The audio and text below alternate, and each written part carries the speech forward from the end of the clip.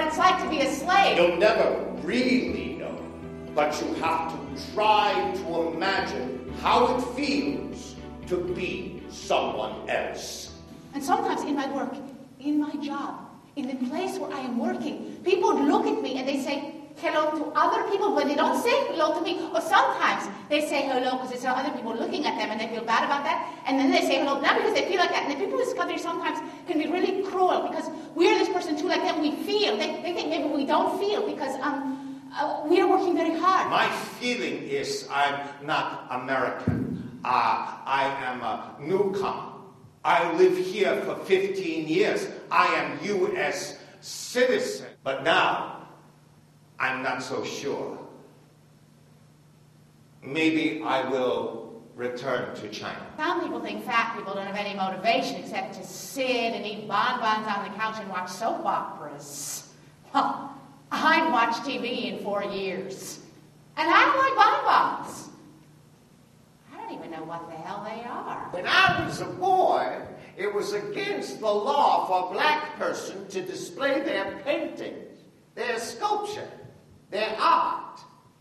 Did I mention I was an artist too? Don't walk over me and pretend like I'm not there, like I'm invisible, because I am visible. I don't even see your color. Bullshit. I don't care how open-minded you are, you know that I am brown. You have to know it, have to see it. I can just slap somebody, tell somebody else, pull out some words I didn't know I knew. Do not ignore me. I learned early in life that when somebody tries to put a stumbling block in my way, I'll wait until they put at least 3. Then I use them. I rearrange them because now I got something to work with. They're only stumbling blocks when you stumble over them. When we moved to Washington, we had a class and we were talking about minority status in the census. The Census Bureau doesn't have a category for Middle Eastern. I looked at it and I didn't feel white. I'd kind of been entrenched in the idea that I'm other.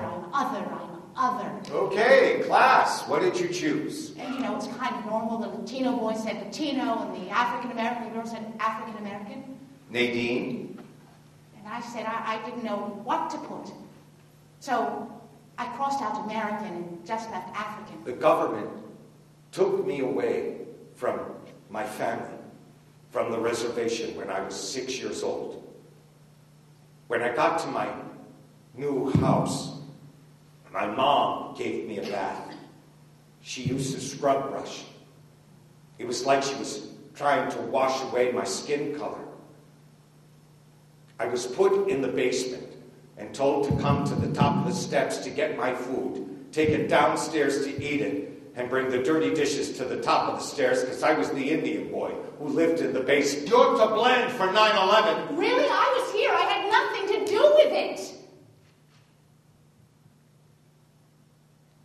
I didn't really begin to identify as Arab or Arab American until after 9/11. I come to work, I do my job, that's the important part. How I do it or what equipment I use to do it is totally beside the point. Just like the glasses you use to use your computer or drive your car, you need them, but who cares that you need them? You just do. When I was 9 years old, my older brother had a friend over, and they were talking about cute girls. As an innocent kid, I said, oh yeah, there's a cute guy in my class. Oh my God, are you a faggot?